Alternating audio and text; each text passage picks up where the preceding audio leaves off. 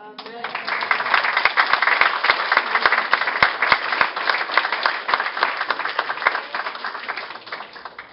qui ne me connaissent pas, je m'appelle Camille, j'ai 21 ans et je vais vous raconter un peu comment j'ai rencontré le Seigneur. Jusqu'à l'âge de 9-10 ans, je n'avais pas vraiment entendu parler de Dieu. Et c'est à peu près à cet âge-là que mon père il a commencé à nous amener à l'église.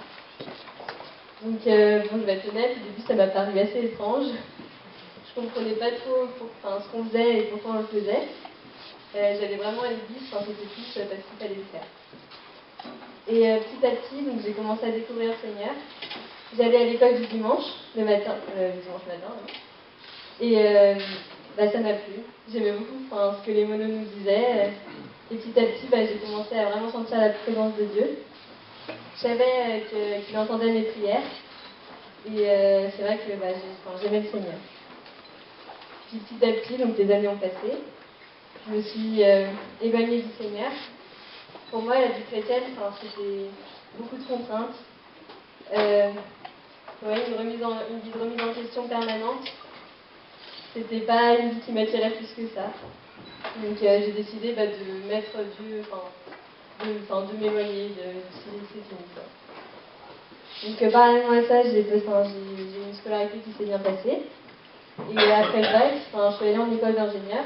Et c'est là que ça a commencé à aller un peu moins bien. Donc je bossais beaucoup pour avoir des bonnes notes. Mais j'étais épuisée, ça allait vraiment mal. Donc j'arrivais plus rien à retenir, c'était une bonne stress en fait. Et au lieu de demander de l'aide au Seigneur, j'ai continué à bosser encore plus. Le dimanche matin, je venais même plus à l'église en fait. Donc j'essayais de m'en sortir par mes propres forces. Jusqu'au jour où j'en ai plus et j'ai arrêté les cours quoi. J'ai arrêté et je suis recommencée aussi à venir à l'église le dimanche matin, mais c'était plus ça. Il y avait plus que la connexion que j'avais avec Dieu avant.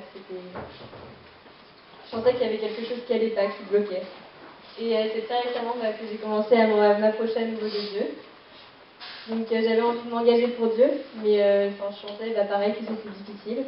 J'avais besoin de preuves en fait, d'être sûre que c'était ce que Dieu voulait dans ma vie, que je lui donne vraiment ma vie. Donc tous les dimanches matins, depuis à peu près, ça fait 1 an on va dire, j'avais la même prière, c'était que Dieu se révèle à moi, d'une manière assez forte pour que je sois sûre que c'était ce qu'il voulait dans ma vie, que vraiment je lui donne mon cœur. Donc je la faisais, et puis j'attendais la réponse que je n'ai pas dit forcément au début. Et c'est assez récemment, on va dire au début de l'été, que j'ai eu cette réponse.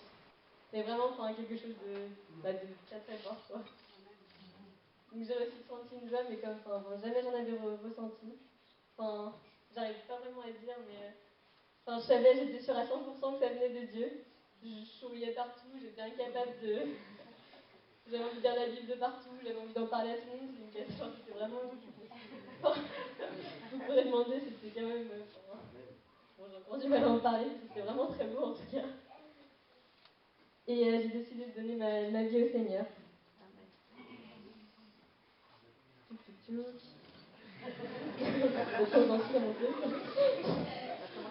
Voilà, donc là aujourd'hui je suis devant vous, c'est parce que j'ai plaisir de me faire baptiser. De vraiment suivre Jésus chaque jour de ma vie. Et aujourd'hui j'ai jamais été aussi sûre que je vais lui donner mon cœur et passer chaque seconde de ma vie avec lui. Amen, amen.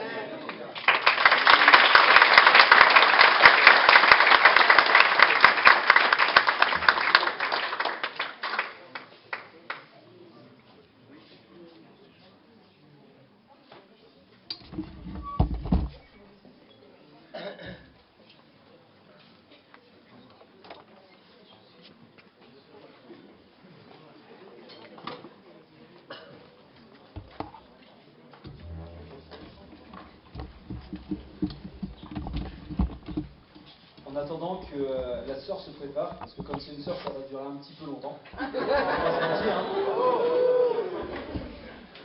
Je vous propose de reprendre le chant qu'on a pris au début, mais cette fois-ci avec les paroles. Comme ça, vous allez pouvoir en profiter mieux. C'est une bonne idée, non? Ah bah non, si, c'est une bonne idée. Amen.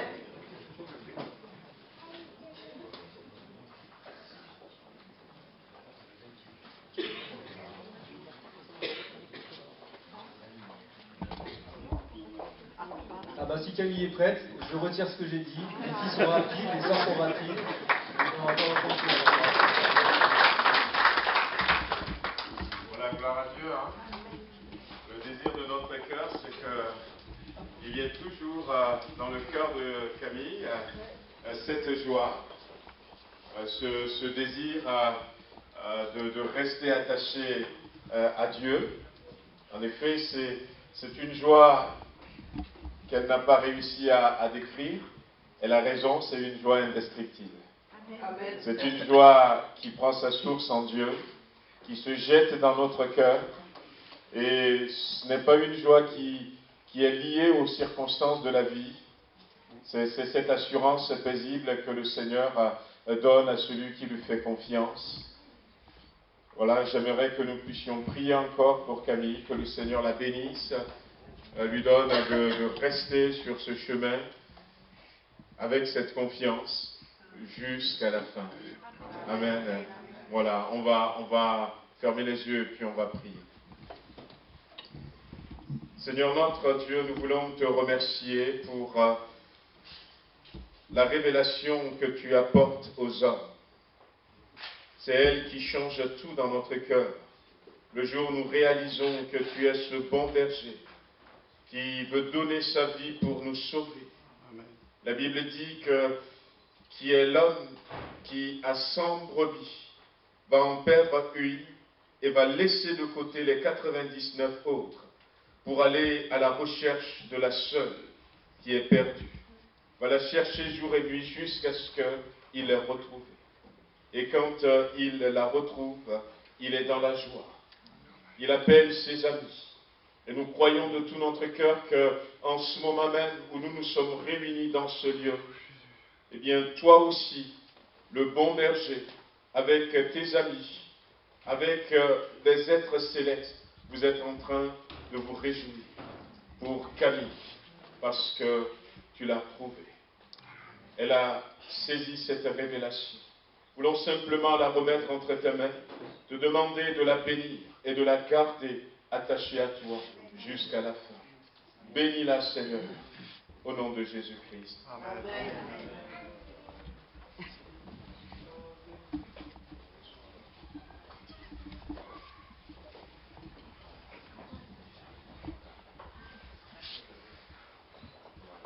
Camille, est-ce que tu crois dans le Seigneur Jésus-Christ?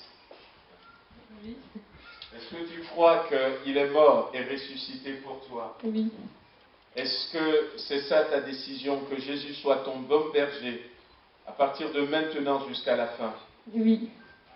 Voilà, sur ta parole, nous allons te baptiser au nom du Père, du Fils et du Saint-Esprit. Amen.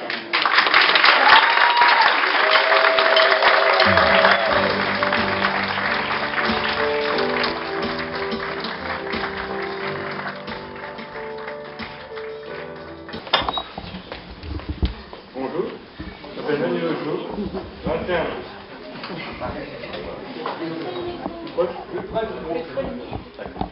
Donc je répète, Daniel Ojo, 21 ans. Contrairement à Camille, moi je ne viens pas d'une famille chrétienne. Donc pas de Dieu ni de Jésus dans ma jeunesse. Comme ça. Donc pas de Dieu ni de Jésus dans ma jeunesse. C'est lorsque je suis né, j'ai vécu à Laécourt, pas loin de Saint-Dizier. Et une fois que j'ai déménagé de cet endroit, j'étais à Paradis. Donc là, par contre, j'avais plus d'amis, donc je me suis mis à écouter ce qu'il y avait autour de moi. Et j'entendais un bruit bizarre près de ma maison. Ça faisait ding, de façon assez répétitive. Donc j'ai demandé à mes parents, ils m'ont dit c'est une cloche. J'ai dit une cloche d'où aussi. Ils m'ont dit la cloche de l'église. J'ai dit c'est quoi une église? C'est là où plusieurs gens vont se rassembler pour prier Dieu. Donc, je leur ai posé la question en réfléchissant avant.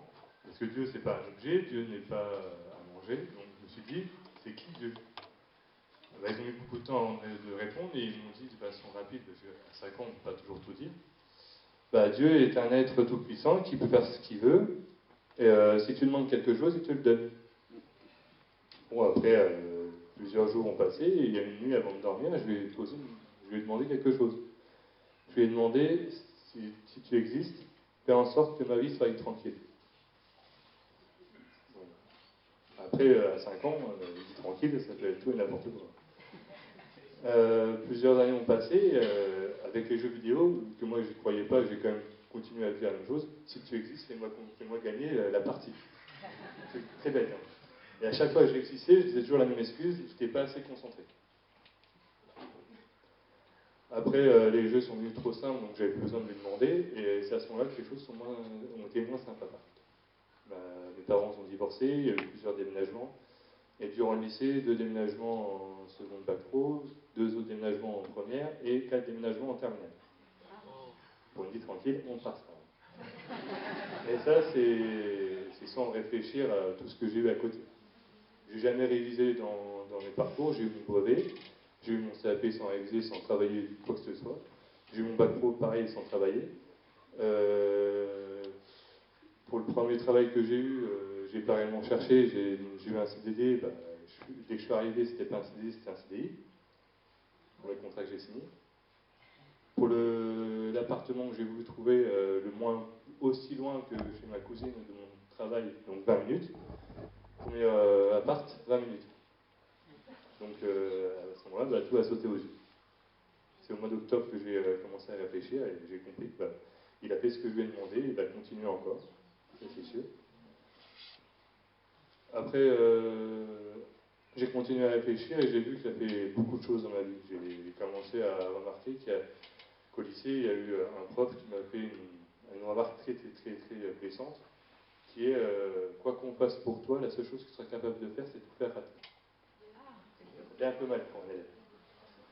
Et le lendemain matin, durant le trajet, j'ai pensé qu'une voiture était comestible à manger. Oui, pour éviter aux petits d'avoir des paroles beaucoup plus blessantes. Et j'ai compris que quand on est déprimé, c'est pas nous-mêmes qu'on peut avoir des pensées positives. Donc Dieu m'a fait rappeler une chose que je me suis toujours dite, aucun homme ne réussira à briser ma volonté. Et suite à ça, j'ai passé mon chemin et j'ai été en cours. Donc oui, le Seigneur m'a déjà sauvé la vie une fois. Il m'a montré qu'un amènement, il exauce à chaque fois. Je continue à lui demander certaines choses et il le fait à chaque fois. Donc oui, j'y crois. Amen. Donc oui, je lui donne ma vie et je lui donne tout ce que j'ai.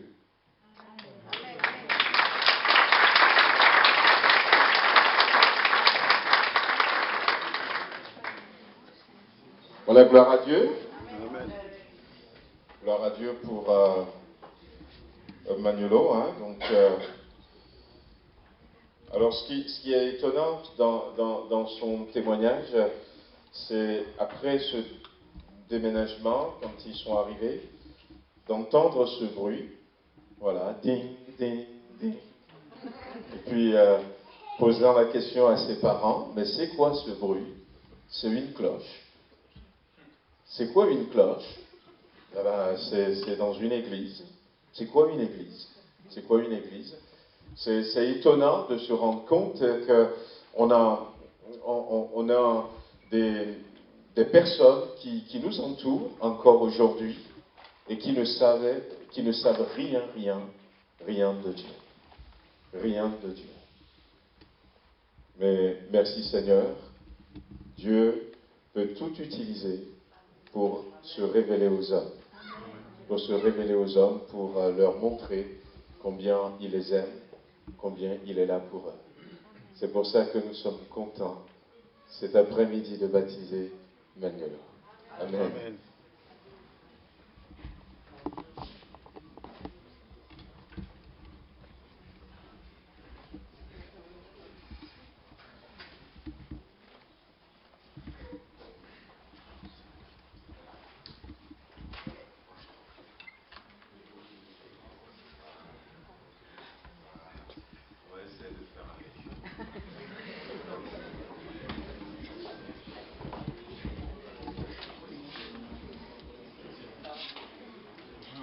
Voilà, on va encore prier pour Magnolo, hein, donc ce beau témoignage. de Dieu qui est notre bon berger. Le bon berger. Et des fois, on traverse des moments où on ne reconnaît même pas que nous avons un bon berger qui veille sur nous. Mais cette prise de conscience, une prière de quelqu'un qui commence à découvrir qu'il existe un Dieu. Je veux avoir une vie tranquille et de dire quelques années plus tard, quelques mois plus tard, eh bien, quand je demande quelque chose à Dieu, il le fait. Et aujourd'hui, j'ai pris la décision, pleinement conscient, de remettre enfin ma vie entre ses mains, de le laisser me conduire, me diriger. Voilà, on veut prier que le Seigneur bénisse Magnolo et qu'il reste, quel que soit tout ce qui va se passer, cette bonne brebis dans les bras du bon berger. Amen. Seigneur notre Dieu, encore une fois, nous voulons te prier pour Magnolo, Seigneur, pour ce que tu as fait dans sa vie. Pour lui aussi, c'était une révélation, mais d'une autre manière. Et depuis, Seigneur, tu ne l'as jamais quitté. Et aujourd'hui, il se rend compte, il le réalise. Et nous te remercions, Seigneur, de l'avoir amené jusqu'à maintenant.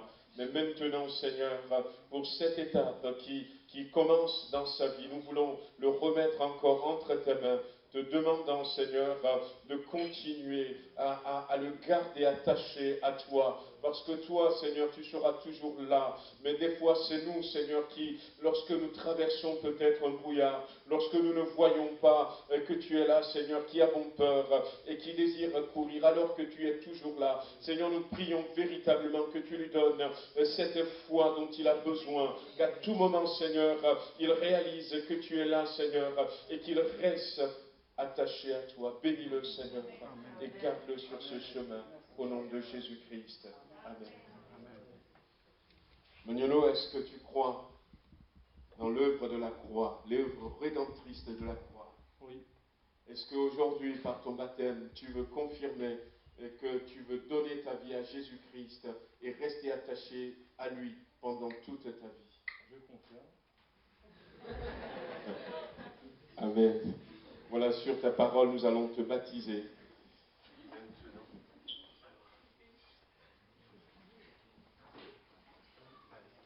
Au nom du Seigneur, du Père et du Fils et du Saint-Esprit, nous te baptisons. Amen.